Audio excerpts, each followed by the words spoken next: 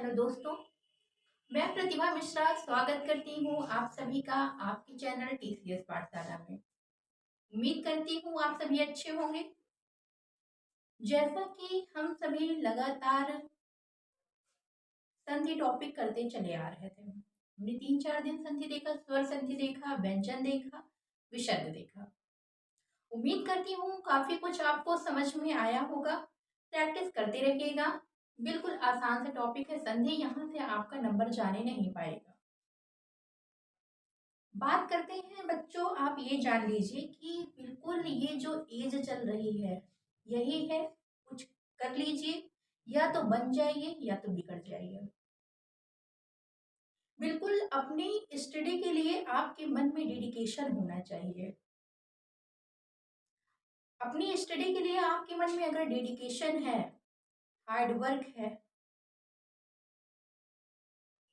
Consistency है, concentration है, तभी आप सफल होंगे। बिल्कुल अपनी स्टडी पे फोकस करिए। हमारी डेली लाइफ में डिस्ट्रैक्शन की कई सारी चीजें हैं, कई सारी चीजें आएंगी जो आपको डिस्ट्रैक्ट करेंगी, लेकिन इन सब चीजों से आपको बचना है। सबसे बड़ी प्रॉब्लम आपका मोबाइल फोन है। बिल्कुल पढ़ते समय अगर आप मोबाइल फोन पे पढ़ रहे हैं तो ठीक है, अगर नहीं पढ़ रहे हैं तो बिल्कुल इसे अपने आप से दूर रखिए।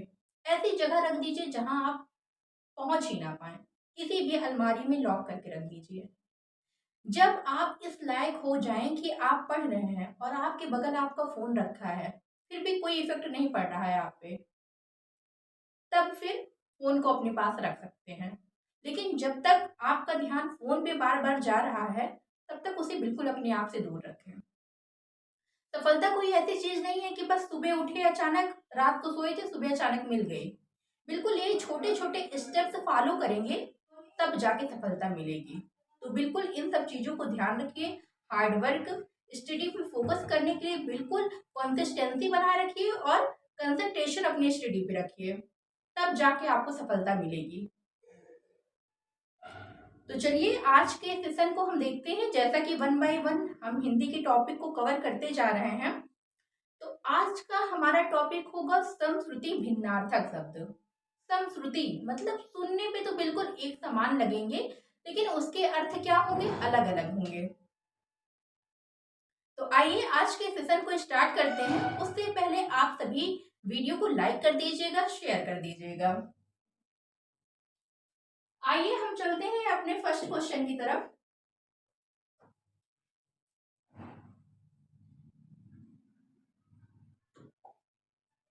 पहला क्वेश्चन हमारा श्रवण या फिर श्रमण शब्द युग्म का अर्थ है। अब देखिए, सुनने में एक जैसे लग रहा है श्रवण और श्रमण, लेकिन इनके अर्थ क्या होते हैं, अलग अलग। और सभी एग्जामिनेशंस में एक नंबर ये कवर करता है। तो बिल्कुल जितनी प्रैक्टिस करेंगे उतना ज्यादा आएगा और आपका यहाँ से एक नंबर जाने नहीं पाएगा। आइए देखते हैं। श्रवण या फिर श्रमण शब्द युग्म का अर्थ है संन्यास या फिर वैराग्य, कान या फिर सुनना, सुनना या फिर बौद्ध सन्यासी, व्यक्ति या फिर घूमना। जल्दी से आप सभी आंसर करिएगा। आइए देखते हैं। श्रवण और श्रमण, श्रवण का मतलब होता है सुनना, और श्रमण जो बौद्ध सन्यासी हुआ करते थे उन्हें हम श्रमण कहते थे। तो ऑप्शन नंबर सी हमारा बिल्कुल सही है। श्रवण का मतलब सुनना, श्रमण का मतलब बौद्ध सन्यासी। आइए देखते हैं नेक्स्ट क्वेश्चन।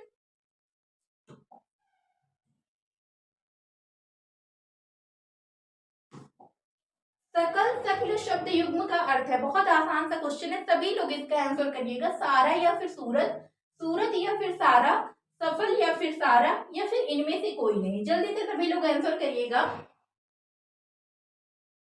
आइए देखते हैं। ऑप्शन नंबर ए हमारा बिल्कुल सही है, क्योंकि ये सकल, सकल का मतलब होता है संपूर्ण, मतलब सारा। तो सकल का अर्थ हो गया सारा, और ये शक्ल की बात करें तो इसका होता है सूरत। जैसे कहते हैं ना तो तुम्हारी सकल है ना तो सूरत है, तो सकल का सूरत हो गया। ऑप्शन नंबर ए बिल्कुल सही हो जाता है। आइए देखते हैं नेक्स्ट क्वेश्चन।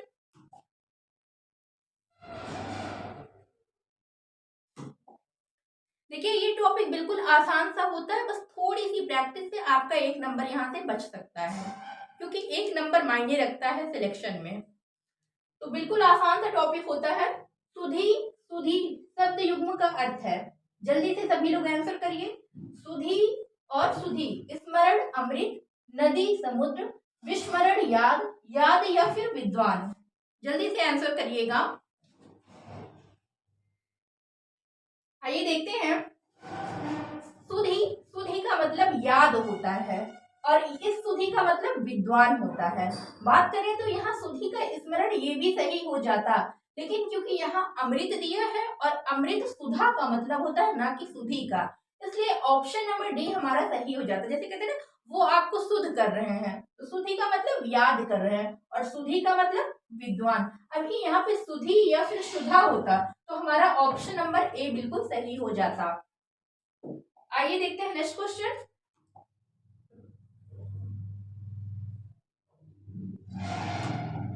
कह रहे सुर, सूर शब्द युग्म का अर्थ है संगीत या फिर सूरदास, देवता या फिर अंधा, देवता या फिर सूर्य, देवता या फिर सूरदास।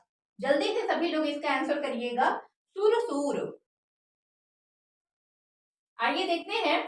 ऑप्शन नंबर बी हमारा बिल्कुल सही हो जाता है, क्योंकि इस सुर का मतलब होता है देवता और इस सूर का मतलब होता है अंधा। तो ऑप्शन नंबर बी सही हो जाता है। कहा जाता है सूरदास जी के बारे में ऐसी कहानी प्रचलित है कि वो जन्म से अंधे थे, इसीलिए उन्हें सूरदास कहा गया। तो सूर का मतलब अंधा और सुर का मतलब देवता।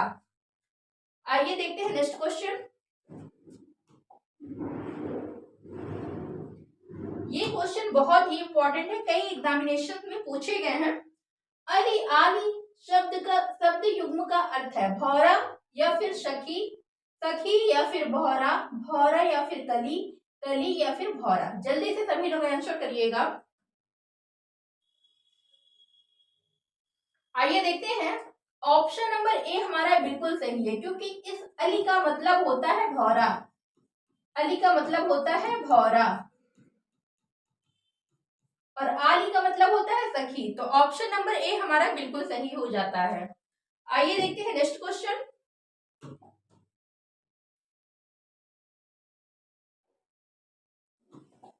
अमित, अमित शब्द युग्म का अर्थ है अमित और अमित शब्द युग्म का अर्थ है बहुत, शत्रु, महान, कड़वा, कठिन, मधुर, विशाल या फिर शत्रु। जल्दी से सभी लोग आंसर करिएगा।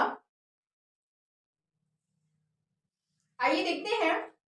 ऑप्शन नंबर ए हमारा बिल्कुल सही है, क्योंकि अमित का मतलब होता है बहुत या बेहद। बात करें अमित, तो आ का मतलब नहीं, मीत का मतलब मित्र, यानी जो मित्र ना हो, यानी शत्रु। तो इस अमित का मतलब शत्रु है और अमित का मतलब है बहुत या बेहद। तो ऑप्शन नंबर ए हमारा बिल्कुल सही हो जाता है। आइए देखते हैं नेक्स्ट क्वेश्चन।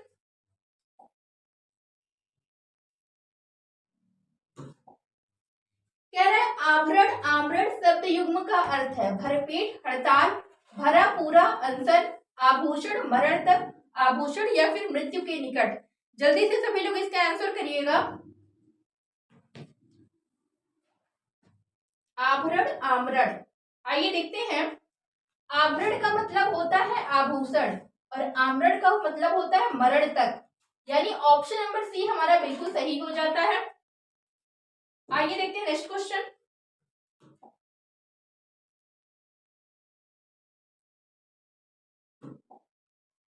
कह रहा है अम्बुज, अम्बुज शब्द युग्म का अर्थ है पानी, तालाब, कमल, सागर, बादल, बिजली, समुद्र, कमल।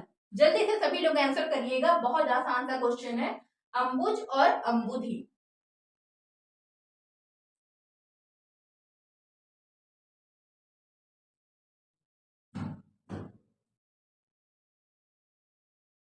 आइए देखते हैं। ऑप्शन नंबर बात करें तो बी हमारा बिल्कुल सही हो जाता है, क्योंकि जब भी जल के पर्यायवाची में जा जोड़ते हैं तो वो कमल का पर्यायवाची बन जाता है। अम्बु जल का पर्यायवाची है, जा जोड़ने पे ये कमल का पर्यायवाची बन गया। बात करें अम्बुधि, तो अम्बु जल का पर्यायवाची है और जल के पर्यायवाची में धी लगाएंगे तो वो समुद्र का पर्यायवाची या फिर सागर का पर्यायवाची बन जाता है। तो तो ऑप्शन नंबर बी हमारा बिल्कुल सही है। अब देखिए ऑप्शन नंबर डी पे भी समुद्र और कमल दिया है, लेकिन ये सही नहीं होगा, ऑप्शन नंबर बी सही होगा, क्योंकि जैसा क्वेश्चन पूछा है, अम्बुज पूछा है तो पहले अम्बुज का अर्थ होगा, अम्बुदी पूछा है तो पहले सागर होगा, मतलब इसका अर्थ यहाँ होगा, इसका यहाँ पे होगा, ऐसा नहीं है कि इसको हम आगे पीछे कर सकते हैं, तो इसलिए ऑप्शन नंबर डी हमारा गलत हो जाता है। आइए देखते हैं नेक्स्ट क्वेश्चन।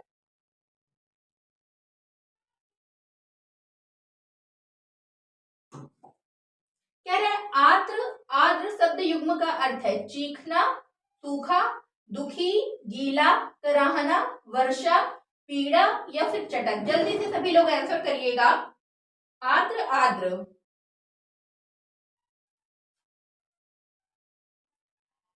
अब देखिए आर्द्र का मतलब सभी को पता है कि नमी होता है यानी गीला होता है, तो इसमें सिर्फ एक ऑप्शन गीला दिख रहा है। अगर हमें आर्द्र का मतलब दुखी नहीं भी पता तो हम ऑप्शन नंबर बी पे चले जाएंगे, क्योंकि गीला और कहीं पे दिया नहीं है, इसलिए आर्द्र का मतलब दुखी और आर्द्र का मतलब गीला।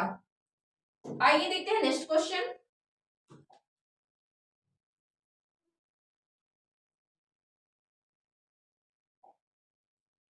आदि, आदि शब्द युग्म का अर्थ है आदि और आदि। जल्दी से सभी लोग आंसर करिएगा। आदि और आदि शब्द युग्म का अर्थ है। अब देखिए इस आदि का मतलब सबको पता है, आदि का मतलब होता है प्रारंभ, आरंभ, और ये आदि मतलब किसी चीज का आदि होना, उसमें अभ्यस्त होना, यानी ऑप्शन नंबर ए बिल्कुल सही है। आदि का मतलब आरंभ और ये आदि का मतलब अभ्यस्त। आइए देखते हैं नेक्स्ट क्वेश्चन।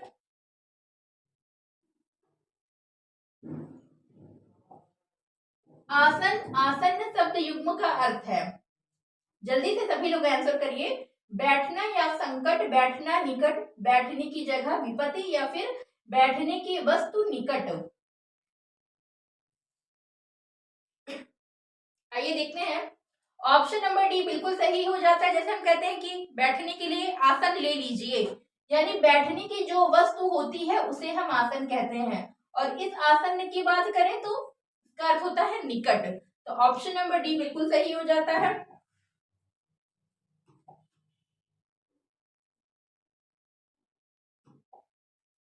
नेक्स्ट क्वेश्चन है कटिबंध या फिर कटिबद्ध शब्द युग्म का अर्थ है कमर, तत्पर या फिर बांध, सौगंध या फिर कमरबंद, तत्पर या फिर बंधा हुआ संकल्प। जल्दी से सभी लोग आंसर करिएगा।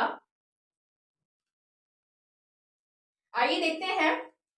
कटी का मतलब होता है कमर, कटी का मतलब होता है कमर, बंद का मतलब होता है बंधा हुआ, यानी जो कमर पे बंधा हुआ हो, मतलब कमरबंद। बात करें कटिबद्ध तो कटिबद्ध का मतलब होता है तत्पर, तो ऑप्शन नंबर सी हमारा बिल्कुल सही हो जाता है। आइए देखते हैं नेक्स्ट क्वेश्चन।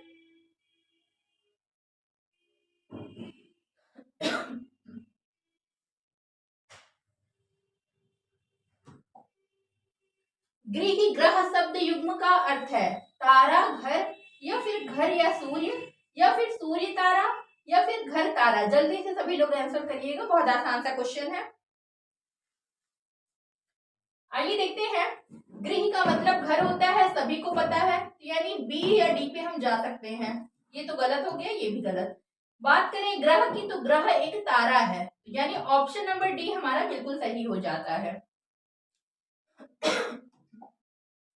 आइए देखते हैं नेक्स्ट क्वेश्चन।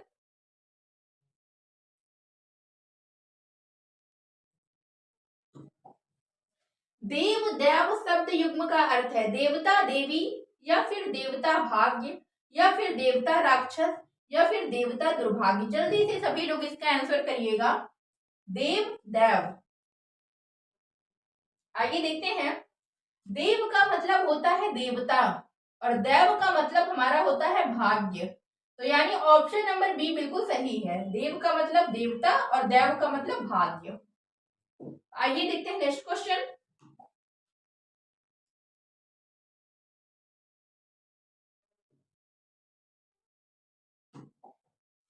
कुल, कूल शब्द युग्म का अर्थ है तट, वंश, वंश किनारा, वंश शीतल या फिर किनारा वंश? जल्दी से सभी लोग इसका आंसर करिएगा।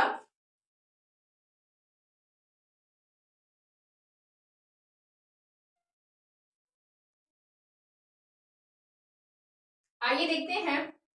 ऑप्शन नंबर बी बिल्कुल सही है। कुल का मतलब होता है, जैसे कहते हैं ना, ये हमारे कुल के हैं, हमारे परिवार के हैं या फिर हमारे वंश के हैं। तो कुल का मतलब वंश और कूल का मतलब किनारा। अब ये मत सोचिएगा कि इंग्लिश में कूल का मतलब तो होता है ठंडा या फिर शीतल, शीतल या फिर ठंडा। तो एक ऑप्शन है कुल का मतलब वंश होता है, ये तो ठीक है। दूसरे कुल का शीतल मतलब ले लीजिएगा, क्योंकि हम हिंदी पढ़ रहे हैं ना कि इंग्लिश, तो इसलिए हिंदी को प्राथमिकता देंगे और ऑप्शन नंबर बी हमारा बिल्कुल सही हो जाएगा। कूल का अर्थ किनारा। नहीं, कुछ लोग समझने लगे कि कूल का मतलब शीतल या ठंडा, तो ऑप्शन नंबर सी पे नहीं जाना है, क्योंकि हिंदी में कूल का मतलब किनारा। आइए देखते हैं नेक्स्ट क्वेश्चन। इसमें कंफ्यूजन होती है बच्चों को, ध्यान से देखिएगा। तरणी, तरणी शब्द युग्म का अर्थ है सूर्य, नाव, नाव स्त्री, स्त्री सूर्य, नाव सूर्य। जल्दी से सभी लोग आंसर करिएगा। तरणी, तरणी। आइए देखते हैं। ये तरणी का मतलब होता है सूर्य और तरणी का मतलब होता है नाव। तो ऑप्शन नंबर डी हमारा बिल्कुल सही हो जाता है। अगर तरुणी होता तब उसका मतलब स्त्री होता, लेकिन तरणी और तरणी ये नाव और सूर्य है। छोटी की मात्रा लगी है तब सूर्य है, बड़ी की लगी है नाव है। आइए देखते हैं नेक्स्ट क्वेश्चन।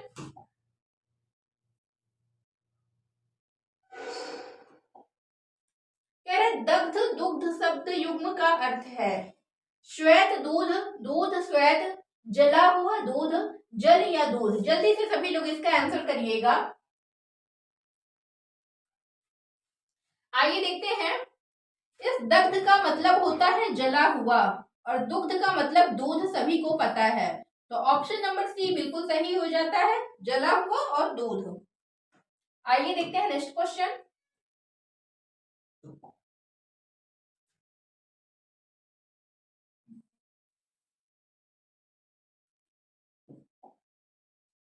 कह रहा है गण गण्य शब्द युग्म का अर्थ है तंत्र, गणना, व्यक्ति, गाने योग्य, लोक, सम्मानजनक, समूह, गिनने योग्य। जल्दी से सभी लोग इसका आंसर करिएगा। गण और गण्य। आइए देखते हैं। गण का मतलब होता है समूह और इस गण्य का मतलब होता है गिनने योग्य।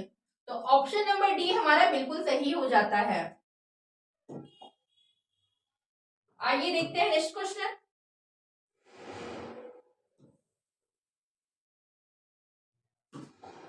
कह रहे छात्र, छात्र शब्द युग्म का अर्थ है, जल्दी से सभी लोग आंसर करिएगा। इस छात्र का मतलब तो सबको पता होगा, विद्यार्थी, यानी या तो ऑप्शन नंबर बी होगा या तो डी होगा। बात करें छात्र, तो इस छात्र का मतलब होता है क्षत्रिय, तो यानी ऑप्शन नंबर डी हमारा बिल्कुल सही हो जाता है।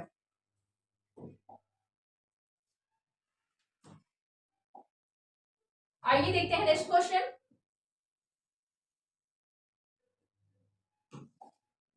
दूत धूत शब्द युग्म का अर्थ है जासूस, क्रीड़ा, प्रतिनिधि, जुआ, क्रीड़ा, प्रतिनिधि, राजदूत, कंजूस। जल्दी से सभी लोग इसका आंसर करिएगा।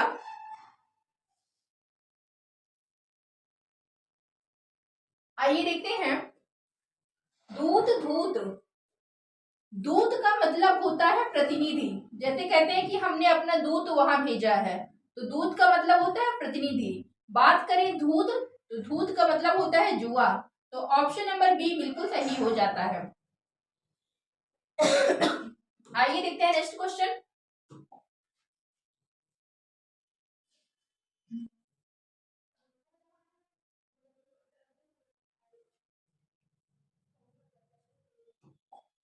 नीरद, नीरज शब्द युग्म का अर्थ है, जल्दी से सभी लोग इसका आंसर करिए, बहुत आसान सा क्वेश्चन है।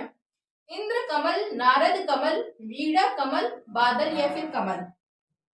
नीर का मतलब है पानी और जब भी पानी के पर्यायवाची में दा लगा तो हमारा बादल का पर्यायवाची बन जाता है। तो यही से हमने पकड़ लिया कि ऑप्शन नंबर डी सही होगा। नीर पानी का पर्यायवाची है, इसमें जा लगा तो कमल का पर्यायवाची बन गया। यानी पानी में जन्म लेने वाला कमल, पानी देने वाला यानी बादल। तो ऑप्शन नंबर डी बिल्कुल सही है। आइए देखते हैं नेक्स्ट क्वेश्चन।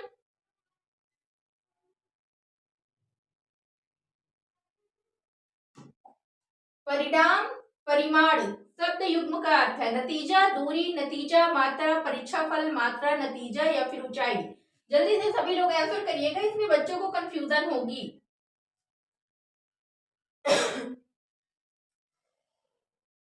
आइए देखते हैं। परिमाण, परिमाण का मतलब नाप तौल से होता है, यानी ये तो परिमाण मात्रा होगा, यानी या तो ऑप्शन नंबर बी होगा या तो सी होगा, क्योंकि परिमाण का मतलब मात्रा। बात करें ये परिणाम, तो परिणाम का मतलब होता है नतीजा, तो यानी ऑप्शन नंबर बी सही हो जाएगा। कुछ बच्चे हो सकता है परीक्षा फल पे जाएं, लेकिन परीक्षा फल को ही परिणाम नहीं कहते।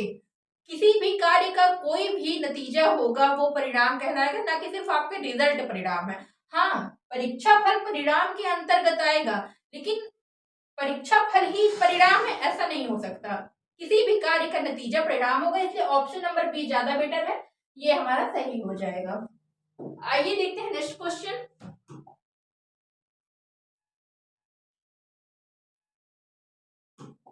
कह रहा प्रतिहार, प्रत्याहार शब्द युग्म का अर्थ है नौकर, नौकरानी, द्वारपाल, निवारण, नौकर, मालिक, द्वारपाल, उपाय।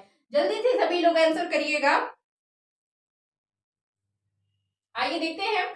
प्रतिहार का मतलब होता है द्वारपाल और प्रत्याहार का मतलब होता है निवारण। अब यहाँ संस्कृत वाला मत जोड़ने लगेगा कि प्रत्याहार का मतलब संक्षेप वाला। तो प्रतिहार का मतलब द्वारपाल और प्रत्याहार का मतलब निवारण, यानी ऑप्शन नंबर बी हमारा बिल्कुल सही हो जाता है। आइए देखते हैं नेक्स्ट क्वेश्चन। निशाकर, निशाचर शब्द युग्म का अर्थ है रात्रि पक्षी, रात्रि उल्लू, चंद्रमा, राक्षस, चंद्रमा पुष्प। जल्दी से सभी लोग आंसर करिएगा। निशाकर और निशाचर, आइए देखते हैं। निशा का मतलब होता है रात्रि, कर का मतलब होता है करने वाला, रात्रि करने वाला यानी चंद्रमा, तो यानी या तो ऑप्शन नंबर सी सही होगा या तो डी सही होगा।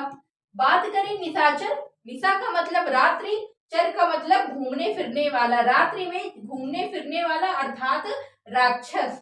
तो ऑप्शन नंबर सी हमारा बिल्कुल सही हो जाता है। यहाँ से हमें एक बात और पता चलती है कि चंद्रमा का एक पर्यायवाची है निशाकर और राक्षस का एक पर्यायवाची है निशाचर।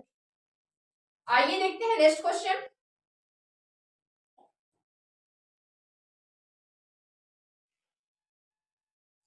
कह रहा है नीर, नीड़ शब्द युग्म का अर्थ है जल, घोंसला, पतला घर, निकट घोंसला, जल वृक्ष। जल्दी से सभी लोग आंसर करिएगा। नीर, नीड़, आइए देखते हैं। नीर हमारा जल का पर्यायवाची होता है, सभी को पता होगा। अम्बु, नीर, जल, बारी, तोय, ये सभी पानी के पर्यायवाची हैं, तो नीर का मतलब तो जल होता है। तो ऑप्शन नंबर या तो ए सही होगा या तो डी सही होगा, ये दो तो गलत हो जाते हैं। बात करें नीड़, तो नीड़ होता है घोंसला। आपने एक कविता सुनी होगी नीड़ का निर्माण फिर से, तो ये रचना है हरिवंश राय बच्चन जी के नीड़ का निर्माण फिर से।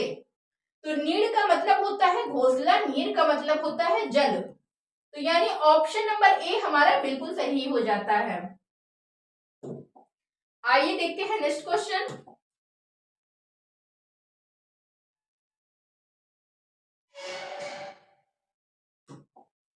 बात, बात शब्द युग्म का अर्थ है बात, बात, कथन, बुखार, कथन, तपन, वचन, हवा, कथन, तेज। जल्दी से सभी लोग आंसर करिएगा। आइए देखते हैं। बात, तो बात का मतलब कथन भी हो सकता था, हम ले सकते थे, लेकिन आगे ये बात जो लिखा है इसका मतलब वायु या हवा होता है, तो हवा सिर्फ एक में हमको दिख रहा है, यानी ऑप्शन नंबर सी हमारा बिल्कुल सही हो जाता है। और हमें यहाँ से पता चला कि हवा का पर्यायवाची भी बात होता है। आइए देखते हैं नेक्स्ट क्वेश्चन।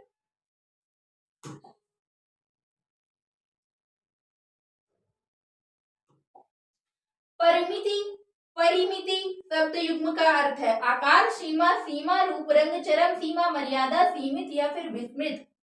जल्दी से सभी लोग इसका आंसर करिएगा, परिमिति या फिर परिमिति। आइए देखते हैं, परिमिति का मतलब होता है चरम सीमा और परिमिति का मतलब होता है मर्यादा।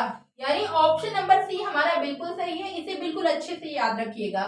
परिमिति और परिमिति, परिमिति मर्यादा, परिमिति चरम सीमा। आइए देखते हैं नेक्स्ट क्वेश्चन।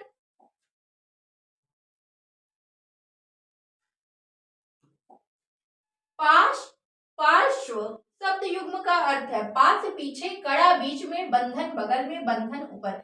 जल्दी से सभी लोग क्वेश्चन नंबर 24 का आंसर करिएगा। आइए देखते हैं, इस पास का मतलब होता है बंधन, तो यानी ये ऑप्शन तो कट गया, ये भी कट गया, या तो सी या तो डी। बात करें पार्श्व, तो पार्श्व का मतलब होता है बगल में, यानी ऑप्शन नंबर सी हमारा बिल्कुल सही हो जाता है। आइए देखते हैं नेक्स्ट क्वेश्चन। तो बस आज के लिए इतने ही क्वेश्चंस। उम्मीद करती हूँ काफी कुछ आपको जानने के लिए मिला होगा।